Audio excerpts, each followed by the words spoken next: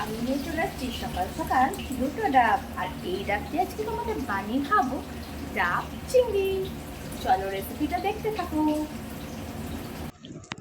ডাব চিংড়ি বানানোর জন্য প্রথমে নিয়ে নিয়েছি চিংড়ি মাছ। আমি এরকম সাইজের চিংড়ি মাছ পেয়েছিলাম। তারপরে চিংড়ি মাছগুলোকে ভালো করে পরিষ্কার করে নেব। পরিষ্কার করে নিয়ে ভালো করে ধুয়ে নেব। তো এর থেকে বড় সাইজের চিংড়ি মাছ দিয়েও হয়তো খুব ভালো হয় ডাব চিংড়ি, কিন্তু আমি আজকে এরকম সাইজেরই চিংড়ি মাছ পেয়েছিলাম।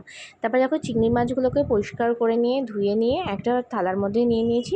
তারপরে দিয়ে দিয়েছি লবণ আর হলুদ। তোমরা তোমাদের পরিমাণ মতো লবণ আর হলুদটা দেবে। দেওয়ার পরে ভালো করে মাখিয়ে এটাকে আমি কিছুক্ষণ রেখে দিয়েছিলাম, 15 মিনিট মতো।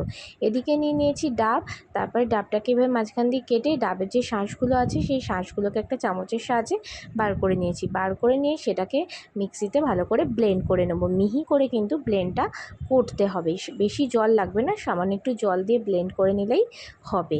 তারপরে দেখো এখানে যে বাটিটা ছিল ওর মধ্যে দিয়ে দিলাম সর্ষে। সাদা সর্ষে আজকে আমার কাছে ছিল না, তাই কালো সর্ষে দিয়ে করেছি। কালো সর্ষে, পোস্ত আর কাঁচা লঙ্কা, তার জন্য আর একটু সামান্য পরিমাণ লবণ দিলে সর্ষের যে তেতো ভাবটা সেটা কেটে যায়।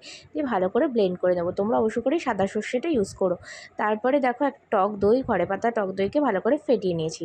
তারপরে কড়াই একটা প্যান বসিয়ে চিংড়ি মাছগুলোকে আমি হালকা ফ্রাই করে এপিট ওপিট তুলে নেব। তোমরা এখানে কাঁচা চিংড়ি মাছ ব্যবহার করতে পারো, কিন্তু আমাদের বাড়িতে কাঁচা চিংড়ি মাছের গন্ধটা খুব একটা কেউ ভালোবাসে না, তার জন্য আমি চিংড়ি মাছটাকে খুব হালকা একটু ফ্রাই করে নিয়েছি।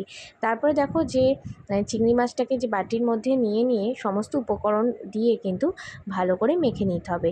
ডাবের যে শাঁস বাটাটা দিয়েছিলাম সেটা, তারপর সর্ষের যে পেস্টটা সেটা, হলুদ গুঁড়ো, একটু কাশ্মীরি লঙ্কার গুঁড়ো, একটু লবণ গুঁড়ো।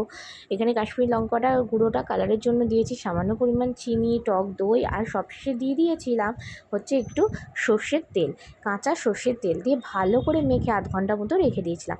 তারপরে দেখো আর একটা ডাব নিয়ে নিয়েছি, ডাবের মুখটাকে এইভাবে কেটে নিয়েছি।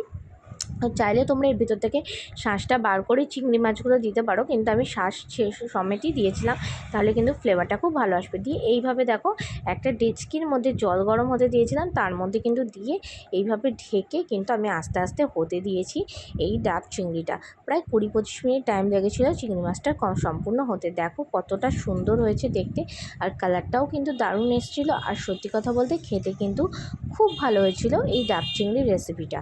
তো তোমরা যদি আমার রেসিপি তোমাদের ভালো লাগে বা তোমরা যদি বানাতে চাও, তো অবশ্য করেই বানিয়ে ফেলে এই ডাব চিংড়ির রেসিপিটা। আর আমার ভিডিও ভালো লাগলে লাইক কমেন্ট শেয়ার করো। ভুল ত্রুটি কোনো কিছু থাকলে ক্ষমা করে দিও। টাটা।